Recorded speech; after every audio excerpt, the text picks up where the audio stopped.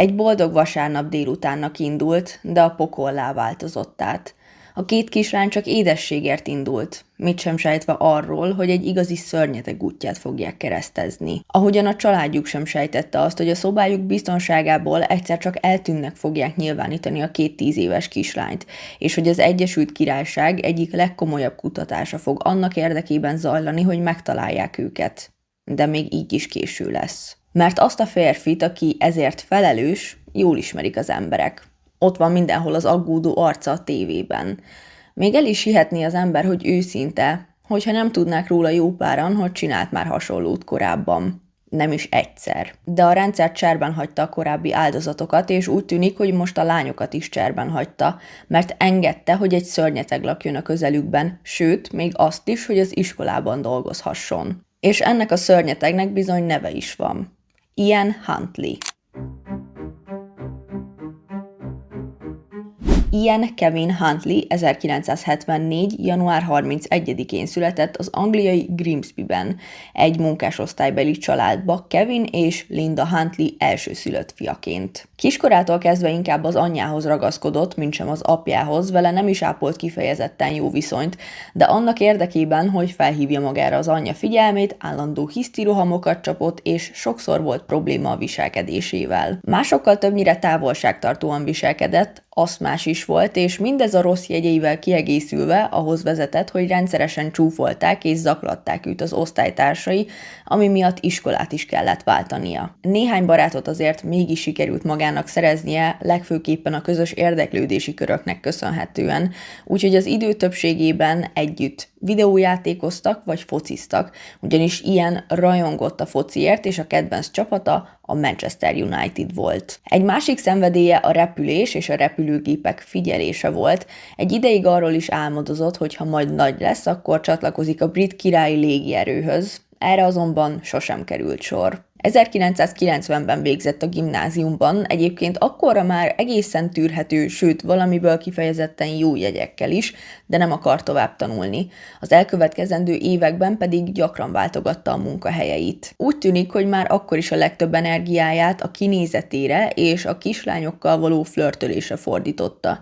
18 éves korában zavartalanul, bátran és teljes mellszélességgel randizgatott 13 éves kislányokkal. 1994-ben 20 évesen megismerkedett az akkor 18 éves Claire Evans-szel, akinek 2 hónap randizás után meg is kérte a kezét, és a következő évben, 95-ben összeházasodtak. Az esküvőt követően azonban azonnal kiütközött ilyen borzalmas természete és erőszakossága. Rendszeresen zaklatta a lányt, bezárta a házba, levágta a haját, és megverte őt, egyszer olyannyira, hogy a lány elvetélt miatta. Később betegségeket és mindenféle rohamot színlelt minden egyes alkalommal, amikor a nő el akart őt hagyni, azért, hogy ezáltal ugye maradásra manipulálja, viszont szerencsére nem járt sikerrel, és Claire végül tényleg elhagyta és elvált tőle, bár ez is egy sokkal nehezebb és hosszabb procedúra volt, mert ilyen nagyon sokáig nem volt hajlandó aláírni a válási papírokat, de amint ez megtörtént,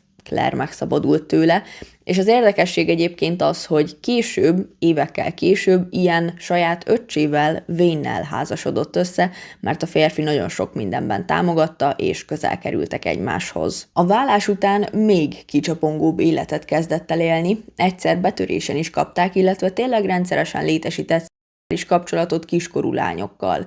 2001-ig bezárólag legalább 11 kiskorú lánnyal létesített kapcsolatot, ezek a lányok mind 11 és 17 év között voltak. És ha mindez nem lenne elég, 1998-ban megszületett a kislánya egy akkor 15 éves lánytól.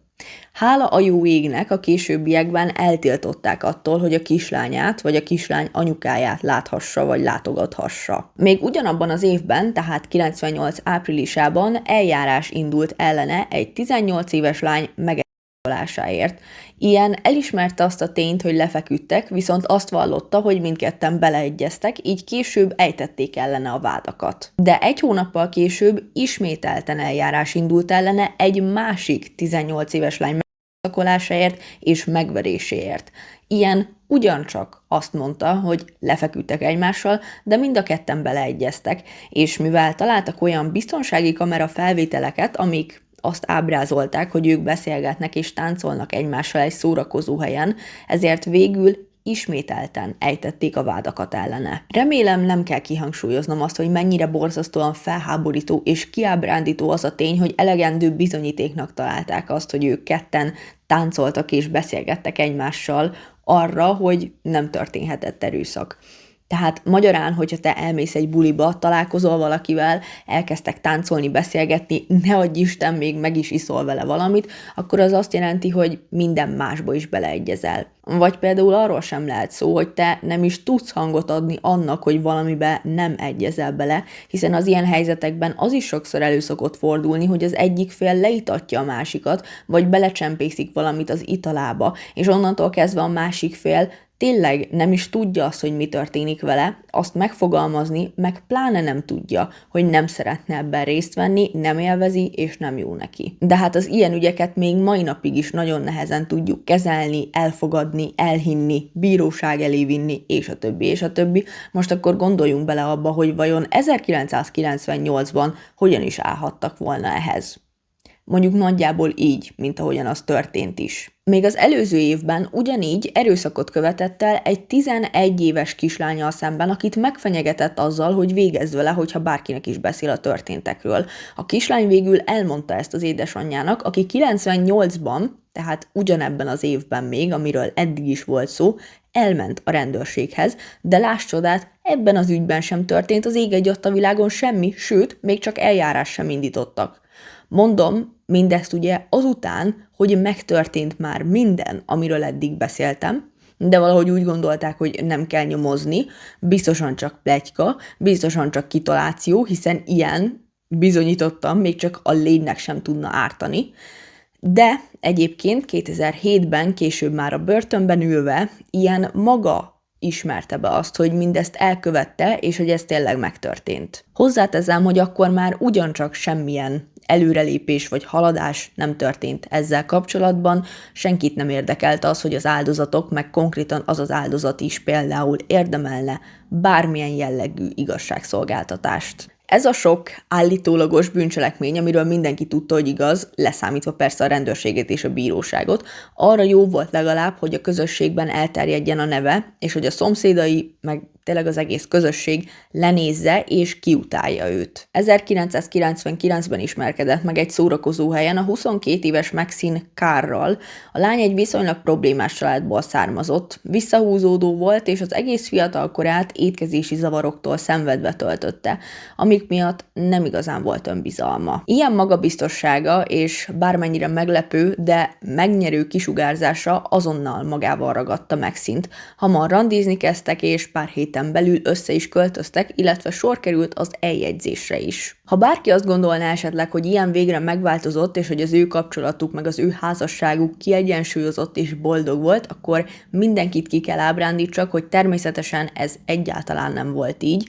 Ilyen rendszeresen tette ki Maxine testi és lelki bántalmazásnak, állítólag mind a ketten folytattak különböző viszonyokat a másik háta mögött, amik miatt ilyen rendszeresen féltékenységi hullámokat, meg féltékenységi rohamokat kezdett, és Maxine többször is el akarta hagyni a férfit, de sajnos erre végül sosem került sor. 2001-ben Little Portba költöztek, ami Soham közelében található. Ez azért fontos, mert ilyen a sohami középiskolában kezdett el dolgozni gondnokként. És igen, jól hallottátok, egy középiskolába felvettek dolgozni egy olyan férfit, aki ellen többször is indítottak eljárást nem erőszak gyanújával, illetve akiről nagyjából Grimsbyben az összes létező ember tudta azt, hogy előszeretettel létesít kapcsolatot kiskorúakkal. Tehát vagy nem végeztek vele kapcsolatban semmilyen háttérellenőrzést, vagy igen, és tudtak róla, de senkit nem érdekelt.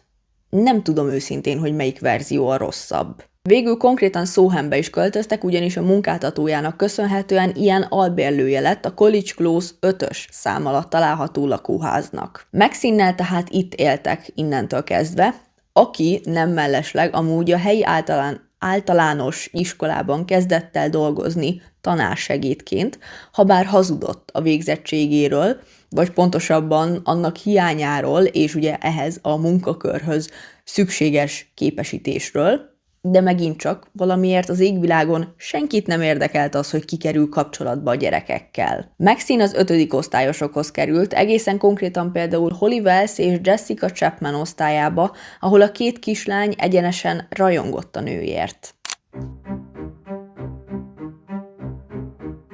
Holly Wells és Jessica Chapman 1991-ben születtek és Sohamben éltek. A 2 10 éves kislány ugyanabba az iskolába és ugyanabba az osztályba jártak, és hamar legjobb barátnők lettek. 2002. augusztus 4-én, egy vasárnapon Jessica délelőtt egy kicsivel átment a közelben lakó Hollyhoz. A kislányék a Red House Gardensnél laktak, ami nagyjából 10 perc sétára volt a Five College Close-tól, ahol pedig Ian Huntleyék éltek. Hollyéknál aznap barbecue partit rendeztek, és többen is voltak náluk vendégségben, nem csak Jessica. Az egész délutánt együtt töltötték, játszottak, és egy ponton felvettek mind a ketten egy-egy Manchester United mezt. Az egyik Hollyé volt, a másik pedig a lány bátyjáé. Ezt kapta meg Jessica. Ebben a mezben és ekkor készült el róluk az utolsó fotó délután 5 óra 4 perckor. Ezen mind a ketten boldogan mosolyogtak. A vendégekkel együtt megvacsoráztak, majd felmentek az emeletre, és 6 óra környékén elhagyták a házat, hogy a nagyjából 4 órára lévő édességautomatához elmenjenek, és ott bevásároljanak pár finomságot az estére. Erről azonban senkinek nem szóltak. Este 8-kor Holly anyukája felment, hogy megkérje a lányokat, hogy búcsúzzanak el a vendégektől, de a szobát üresen találta. Átkutatták az egész házat, a kertet, a közeli utcákat, egyúttal pedig Jessica szüleit is felhívták, akik szintén csak nem tudtak semmit a lányról, és kezdtek aggódni amiatt, hogy nem tért még haza. Hatalmas pánik alakult ki, és este 10 előtt már mind a 2 lányt eltűntként jelentették a rendőrségem. A lányok eltűnését a rendőrség és az egész közösség is nagyon komolyan vette. Több mint 400 rendőr és több száz önkéntes kezdte el őket azonnal és nagy erőkkel megállás nélkül keresni. Az eltűnésük híre pedig az egész nemzethez és utána a nemzetközi sajtóhoz is eljutott. A kereséshez használt képük szívszorító módon pont az volt, amit Holly anyukája készített róluk az eltűnésük előtt 2 órával a Manchester United mezben. Teltek a napok, miközben a lányok szülei és ismerősei megállás nélkül szerepeltek a tévében és a híradókban, a lányok épségben való hazatéréséért könyörögve. Mindeközben a rendőrség több mint 260 regisztrált és elítélt bűnözőt hallgatott ki, illetve a korábbi emberrablásos esetek nyomain is próbáltak elindulni és nyomozást folytatni. Nyilvánosságra hozták a lányokról készült utolsó felvételt is, amit egy biztonsági kamera rögzített annál a sportcsarnoknál, ahová az édességautomatához indultak. Ezen jól látszott, és biztossá vált egyúttal az is, hogy este 6 óra 28 perckor oda még eljutottak. Augusztus során az egész ország végignézhette azt az interjút, amiben a 28 éves Ian Huntley arról beszélt a sajtónak, pontosabban a Sky Newsnak, hogy ő volt az utolsó ember, aki látta a lányokat. Ebben teljes nyugodtsággal, ugyanakkor szomorúsággal és együttérzéssel a hangjában mesélt arról, hogy éppen kint volt a ház előtt a kutyájával, amikor arra sétált a 2 kislány. Köszöntek egymásnak, és megkérdezték őt, hogy Maxine megkapta a teljes tanári állását, mire ő elmondta nekik, hogy sajnos nem. A 2 kislány sajnálatát fejezte ki, és elsétáltak.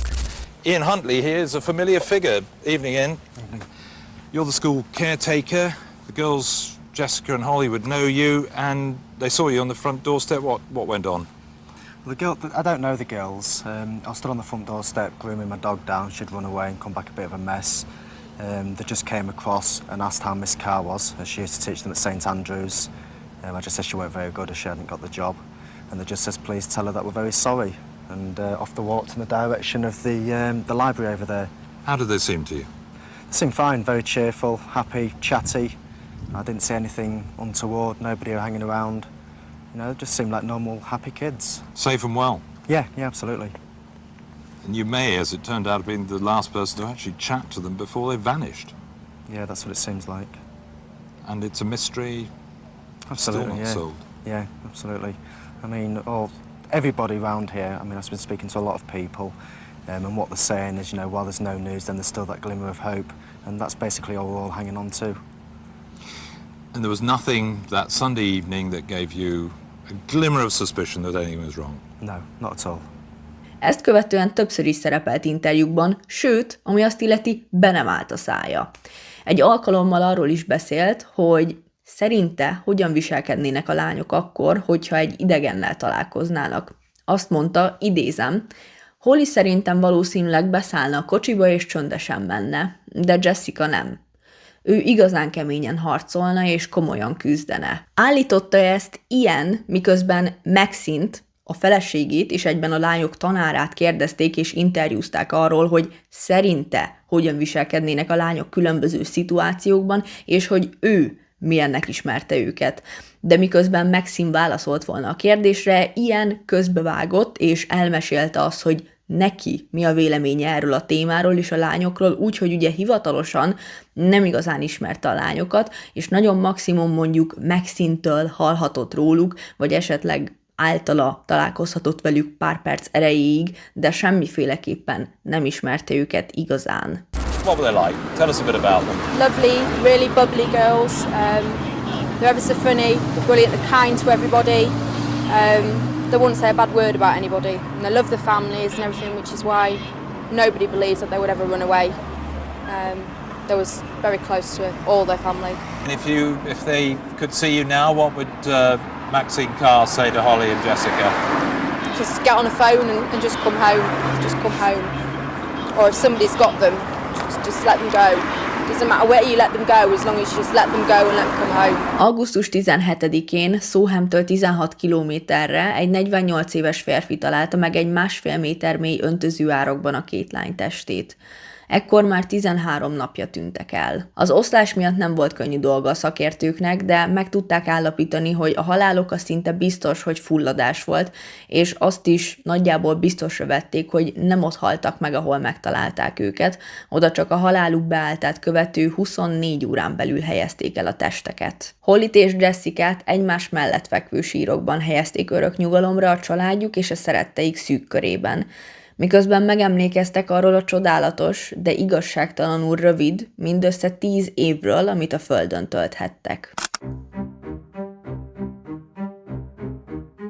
Ian Huntley a kezdetektől fogva gyanús volt a rendőrségnek, pont azért, mert be nem állt a szája. Előszeretettel beszélt nekik és a sajtónak is, különös megjegyzéseket és részleteket elejtve. Augusztus 5-én a lányok eltűnésének másnapján az egész környékkel együtt az ő házát is átkutatták, viszont nem találtak semmi bizonyítékot, de azt megjegyezték, hogy odakint a szállítón lógtak frissen mosott ruhák, annak ellenére is, hogy folyamatosan esett az eső, és hogy odabent a házban hatalmas nagy tisztaság volt. Ezt követően ugye állandóan interjúkat adott a Sky Newsnak és a BBC-nek is, és gyakorlatilag az egész közösség ilyen ügyeletes szóvivőjévé avanzsálódott, pedig az égvilágon senki nem kérte rá, és azt részletezte, meg arról beszélt folyamatosan, hogy még van remény arra, hogy a lányok visszatérnek. Maxine ekkor még azt hazudta, hogy ők aznap ketten együtt voltak, ezáltal alibit biztosítva Iannek.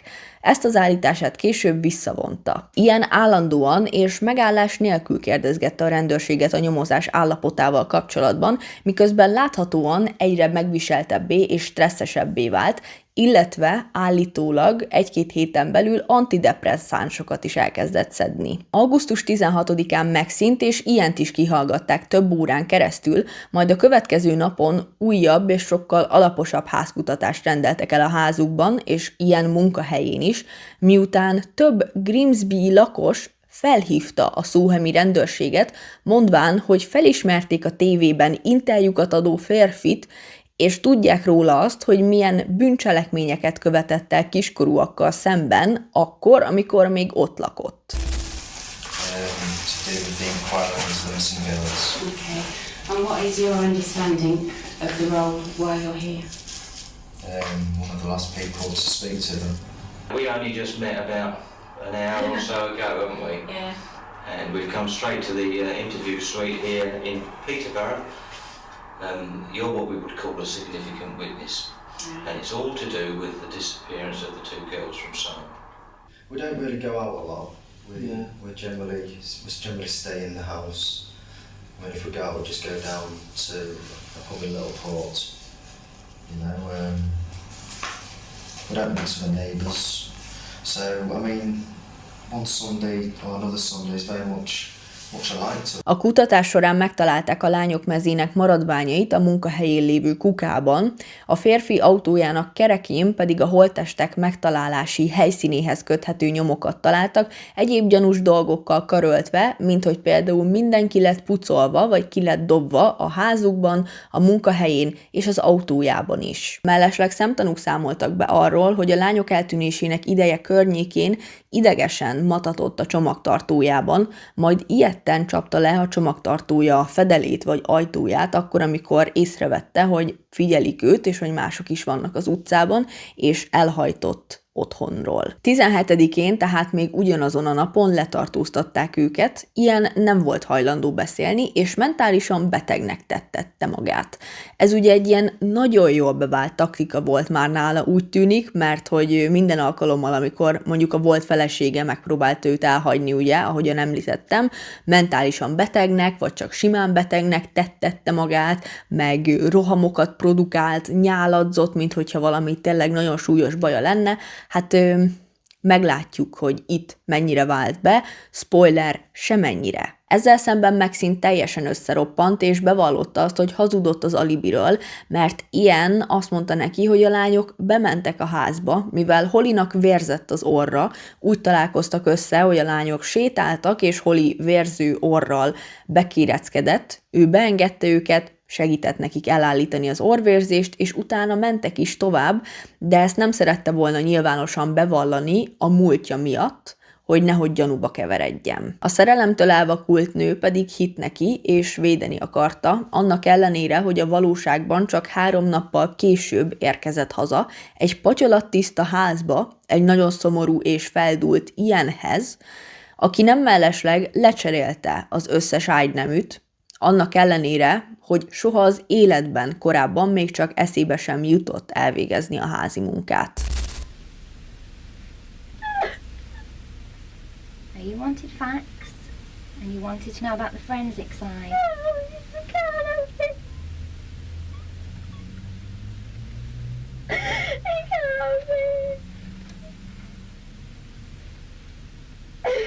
Időközben ilyen mentális és pszichológiai vizsgálatoknak vetették alá, és megállapították róla, hogy pszichopátiával rendelkezik, de mentálisan tökéletesen beszámítható, nincsen semmi problémája, és nem szenved pszichózisban, bármennyire is szerette volna ezt beadni a rendőrségnek, meg később majd a bíróságnak is, bár ez meglepő lett volna tekintve, hogy az interjúkban, meg a televízióban igencsak egészségesnek és mentálisan beszámíthatónak tűnt, de hát lehet csak a lámpalás segített az állítólagos pszichózisán. It was here at the Ross Piers Leisure Centre at around 6:30 p.m. that Holly and Jessica stopped to buy their sweets. From the centre, it's a short walk over the school grounds to the home of Ian Huntley and Maxine Carr. Huntley was on the doorstep of his house, here at number 5 College Close. He told the court Holly had a nosebleed and he offered to help. The two girls went inside for the first and only time. In the hall, police say there was a very strong smell of lemon cleaner when they later came to question Huntley. Maxine Carr said she kept the whole house obsessively clean. Huntley says he first took the girls into his living room, but Holly's nosebleed got worse. So all 3 of them headed upstairs into the bathroom. The bathroom at number 5 College Close is a very confined space. It's in here that Huntley admitted that both girls met their deaths.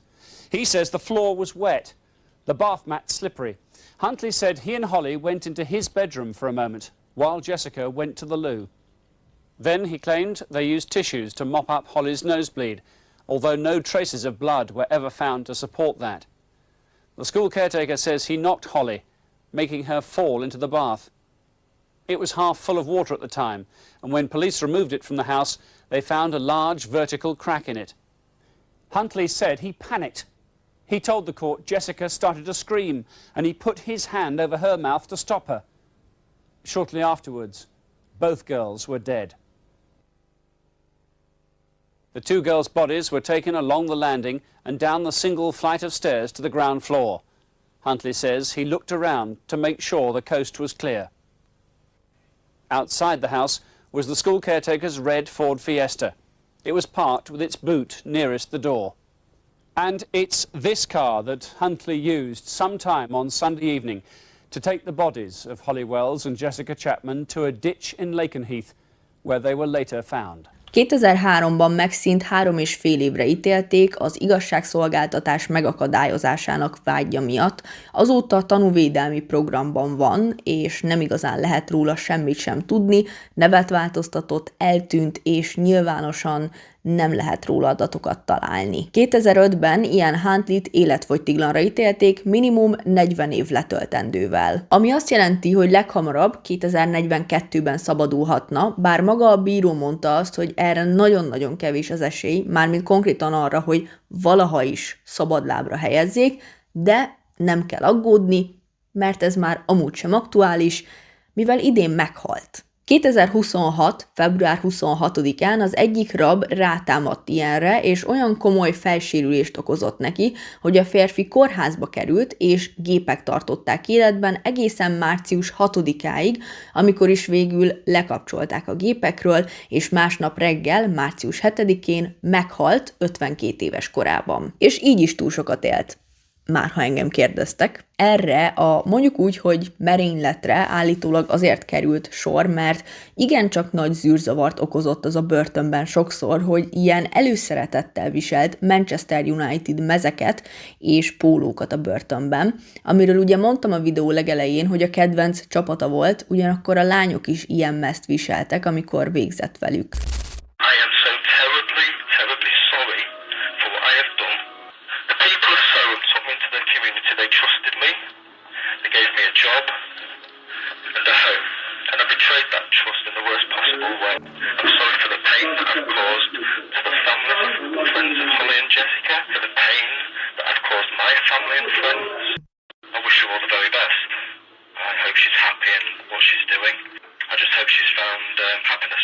És egyébként nemrégiben láttunk apukámmal egy dokumentumfilmet arról a börtönről, amiben ilyen is volt. Ez azt hiszem, hogy ilyen 2024 környékén készült, valahogy így az elmúlt pár évben. Sajnos nem találtam meg ezt most így konkrétan, amikor kutattam, de hogyha emlékeim nem csalnak, akkor ebben arról volt szó, hogy azért érte rengeteg atrocitás ilyent a börtönben, és azért akarták már többször is kinyírni ezelőtt, mert nemes egyszerűséggel nem tetszett a benti raboknak az a tény, hogy ilyen híres volt, idézőjelesen, és hogy nagyon sokan ismerték az arcát, meg a nevét azáltal, amit elkövetett, és hogy mennyit szerepelt a tévében, és ami miatt nagyon sokan keresték még meg ugye az elmúlt hosszú évek során is, és ezért már többször is el akarták tenni láb alól. Szóval azért annyira nagyon nem kell aggódni amiatt, hogy azok az emberek odabent így morálisan, meg erkölcsileg nagyon aggódtak volna amiatt, hogy ő mit követett volna el, és ezért szerették volna megszabadítani tőle a világot. Ráadásul az az ember, aki most végül is ugye végzett vele idén, ha jól láttam, akkor amúgy egy elítélt erőszaktevő szintén csak. Azt, hogy miért követte el Ian Huntley azt, amit, mai napig nem lehet tudni, hiszen soha nem ismerte be azt, hogy megölte volna a lányokat. A tárgyalás során csak véletlen balesettel takaróztak. De sajnos nagy valószínűséggel szexuális motivációja lehetett, azonban az oszlás állapota miatt erre bizonyítékot nem találtak. Az egyik leghátborzongatóbb részlet az, hogy ugye beszéltem arról, hogy ilyen mit mondott abban az interjúban, hogy szerinte hogyan viselkednének a lányok akkor, hogyha idegennel találkoznának. Na már most nagyon sok ember szerint, köztük az interjúztató szerint is ilyen a valóságról beszélt, és akkor azt idézte vissza, és azt mondta el, hogy a lányok hogyan viselkedtek, és hogyan reagáltak akkor, amikor végzett velük.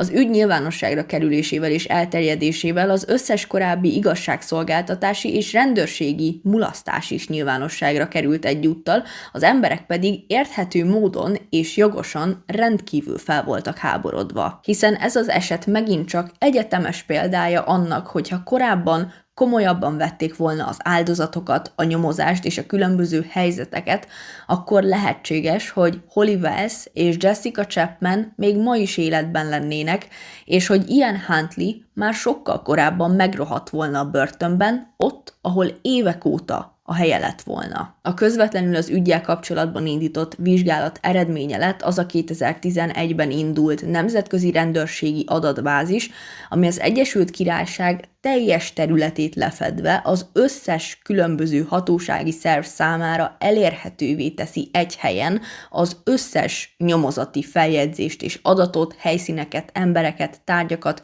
mindent beleértve. Ezáltal egy pillanat alatt elérhetővé válik bárkinek, bármilyen hatósági szervből, az ország bármelyik pontjából bármilyen háttérellenőrzés. És mondjuk nem a szomszédvárosból kell valakinek oda telefonálni valaki más büntetett előéletével kapcsolatban, illetve általánosságban sokkal átláthatóbbá válik az, hogyha valaki visszaeső jelleggel követel bármilyen bűncselekményt. A lányok szülei úgy nyilatkoztak erről, hogy remélik, az adatbázis használata azt jelenti, hogy más családok nem szenvedik el ugyanazt a veszteséget és szívfájdalmat, amit nekik kellett. Azóta egyúttal még szigorúbbá is tették a gyermekekkel foglalkozó munkakörök átvilágítását, és úgy általánosságban a gyermekvédelemmel kapcsolatos intézkedéseket is, habár ugye jól tudjuk, hogy sajnos ezeken még mindig jócskán lenne mit változtatni, szigorítani, és az embereket még inkább, még szigorúbban és újonnan átvilágítani. Sajnos ismételten egy olyan ügyről és videóról van szó, ahol nem igazán tudok bármilyen végső konklúziót vagy tanulságot leszűrni. Igazából csak borzasztóan rosszul éreztem magamat, és dühös voltam, miközben ennek utána néztem, és amikor olvastam újra meg újra a történteket, és azt, hogy újra meg újra semmi nem történt következményképpen, és hogy ennek végül ugye mi lett az eredménye, és a végső következménye, ami 2 kicsi lány életébe került.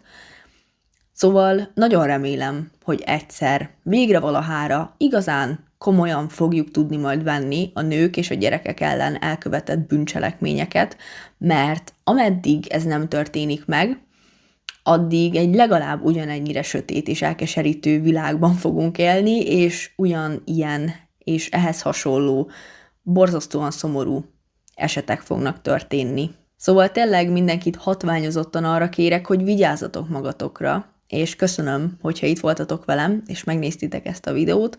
Találkozunk egy következőben. Sziasztok!